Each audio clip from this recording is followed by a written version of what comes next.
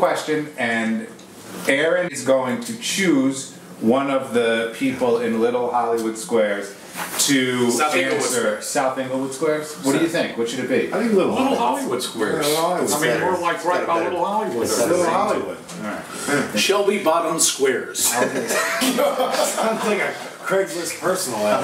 Contrarian. Hello and welcome to Shelby Bottom Squares. We're going to go with Little Hollywood Squares. Whether you know it or not, you tell why you know the answer. You may know some of these. I don't, actually. Your job is to make the answer entertaining and convincing. Just like Paul Lynde would. Just like Paul Lynde. Who's generally better looking, a fairy or a pixie? Looks aren't everything. Are we ready to go?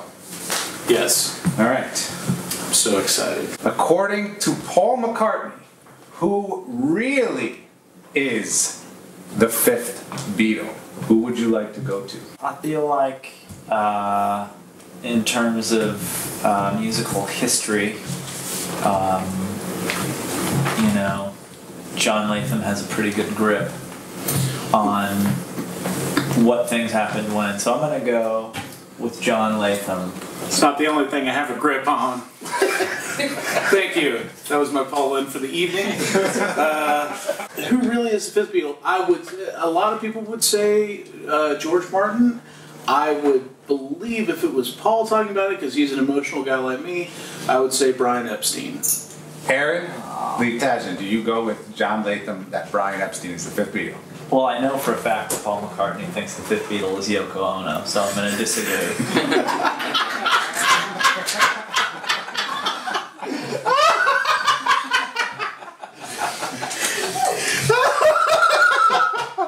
That's fucking brilliant. It is Brian Epstein. I'd hate to give the answer to ruin that, but it's... Oh, that's so good. Good job, John Latham. That's an X.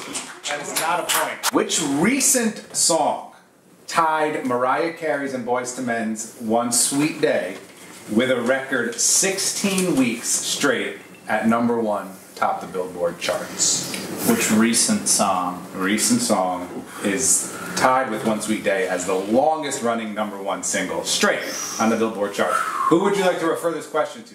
Gotta go with Andrew Leahey on this. That's a good choice. Andrew Leahey in the upper left square. Say hello. Andrew Leahey. Oh, that's not fair. I think that's cheating. Yeah, can you do that? Oh no, they used to walk between the squares, right? Alf was in there. Alf was in there with Nipsey Russell. I've never watched Hollywood Squares. The answer, and I know this because my wife is in grad school, and her classmates are 10 years younger, and it's kept me up to date on current pop stuff, and it is a Latin American song. It is called Despacito? Desperado? Despacito. El Despacito. That's it. I believe Justin Bieber, and who else is the... Pitbull. Pitbull. That's right, Pitbull. Pitbull. Do you agree with Andrew Leahey that Despacito is... I don't know if I agree, but I love Justin Bieber, so I'm going to say yes, agree. That is correct! Hey! Whoa! Left square! Good job, Andrew Leahey! By the way, now's a good time to ask, is Pitbull on the new Aaron Lee Tas-JAM record? He's on every record. At least in spirit, right? Yeah. You know, he's mastering it. Who was the first person inducted into the Rock and Roll Hall of Fame? I think Darrin Bradbury knows the answer to this. That's an unfair... Maybe. It's not Southside Johnny. Yeah, I think I am going to go with Darrin, not because I think that he knows the answer, but just because I like Darrin. I like what he has to say, and I'd love to hear from him. Yeah, I like him too. You know, history is one thing, but mystery is another. I have given this a lot of thought. I have been to the Rock and Roll Hall of Fame. I've been to Cleveland. I have left Cleveland. Then I went back. Then I came forward. Then I moved back. If I really had to pick someone, it would be Charlie Chaplin. You say? Charlie Chaplin. Wow. I know it's wrong, but I'm going to agree anyway.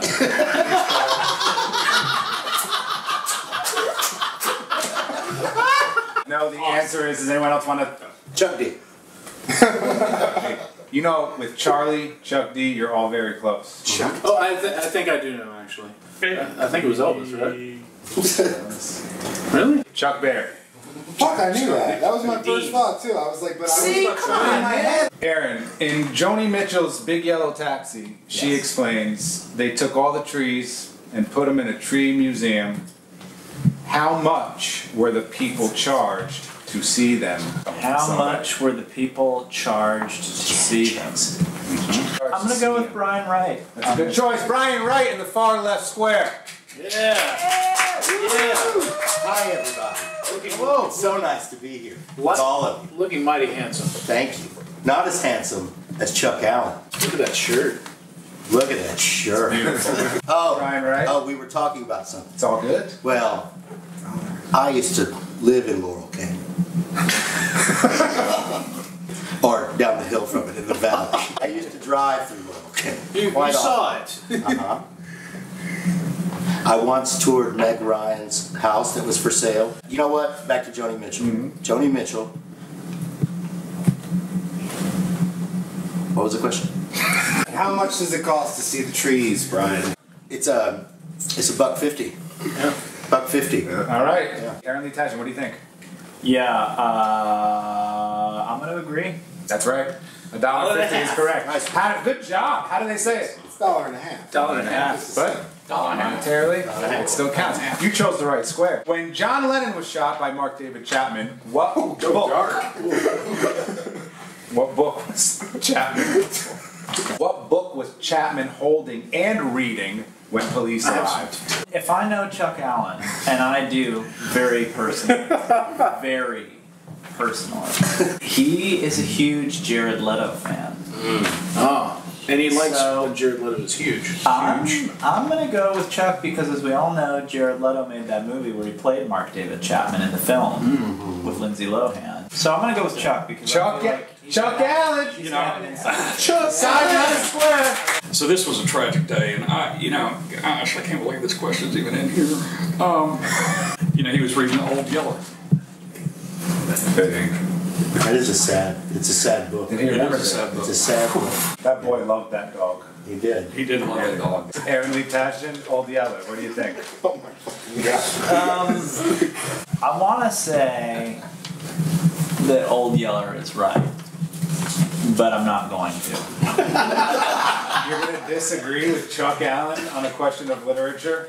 I am going to disagree with Chuck Allen on anything where there's something at stake. The answer is Catcher in the Rye. He was reading Catcher in the Rye. According to Rolling Stone, Billboard, Mojo, and just about everybody else, which living musical legend is known as the nicest dude in rock? Oh. Well, I feel like when it comes to kind-hearted people, sometimes they say it takes one to know one. In Brian Wright's case, I think it's the opposite. So I'm going to go with him. Brian Wright, bottom left square. Yeah! The nicest dude in rock, I can actually attest to his kindness, having worked at the Guitar Center in Sherman Oaks. The nicest dude in rock came in and bought a gift for his sister, which I then carried out to his car, and he was very kind through the entire transaction. That man was Dave Grohl. Dave Grohl. I heard he's a pretty nice guy. Aaron Lee Tasjan, what do you think? Well, I do know for a fact that Brian Wright did have a job working in Sherman Oaks in a guitar store, because when we first met, I did one of those things online where you look up somebody's past. It's just a thing I do with a lot of friends. So Before I joined the band, there's a background check. I know he's telling the truth about it, so I'm gonna agree. That is correct. That is right. Brian Wright. Brian Wright. According to Paul McCartney in the song "Got to Get You Into My Life," who or what is the you that he refers to? Got to get you into my life. Well, I'll tell you this. I know Darrin Bradbury has a song called "Life Is Hard." And I have a song called "It's a Hard Life." So with that connection and the thing that you said in the question that goes along with what I just said, I'm gonna go with Darrin. All right, Darrin Bradbury, upper right square. Darrin Bradbury. I happen to know for a fact that he wrote it about Yoko on opposite day. On opposite day. It was opposite day, and I just thought I'd write a song for the one person that brings fear and dread into my heart on every occasion. So just to let it know, no hard feelings, you know. It's amazing he can talk like that and be a vegan. Aaron Lee Tasjan, yes or no with Darrin Bradbury? That's about Yoko in reverse. I gotta say, disagree. That is correct. It is not You just Yoko in reverse is a great sex position. It is about marijuana. It's about marijuana. The U is marijuana. It is. It is. Which album was the first to be pressed as a compact disc in the United States? Well, according to Steve Earle, it'd probably one of his albums, but It certainly was. It was a good one I made a couple of years back. but I'm gonna go to John Latham. John Latham in the center square. Can I answer this question as Steve Earle? Steve Earle giving me John Latham's answer? I would have no other way. Well, hey, this comes up every time everybody brings up Guitar Town and that. And I first saw this guy. He played.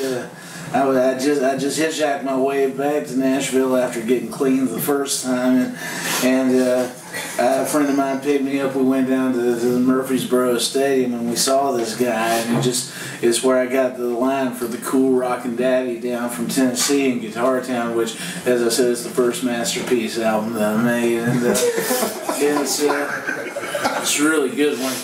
Which everybody has, I'm sure, and so I believe that the first CD made process was none other than the great Bruce Springsteen's "Born in the USA."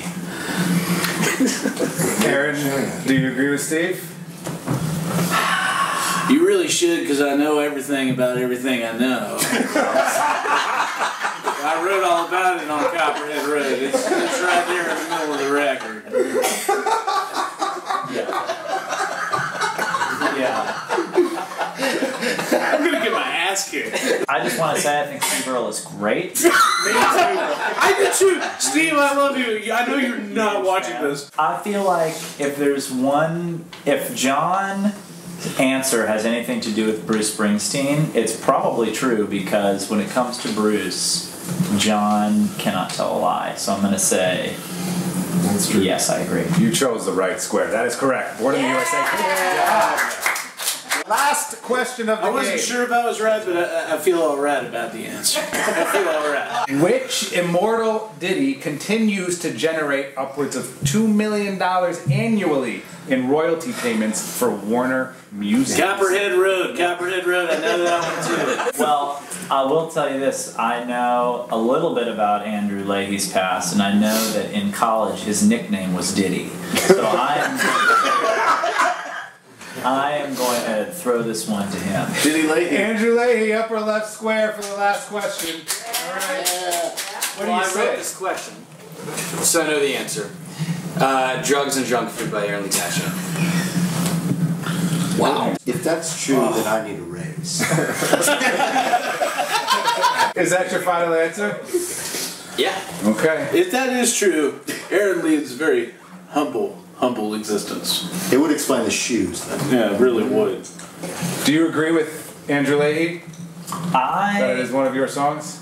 in this rare instance, I think I'm going to find myself at cross purposes with Andrew's opinion on the subject and disagree. That is a good choice. The song is Happy Birthday. That's why at Fridays and Movie Tuesdays, they have to make up their own. Birthday song, There you not go. too short and not too long. They would have gotten sued. All right, well, that's it. Thank you, everybody. I wish we had something to give to Aaron, but he makes $2 million a month in royalties, so we don't need to give him shit. Thank you to all of our guests here. John, thank you for being here. Darrin, Aaron, Andrew, Chuck Allen, and Brian Wright. This has been another East Nashville Happy Hour. Thanks for hanging out.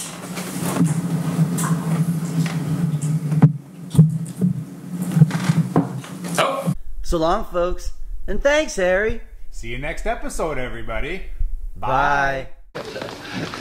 Hell, that's what I've always wanted. 4 kisses on the first date.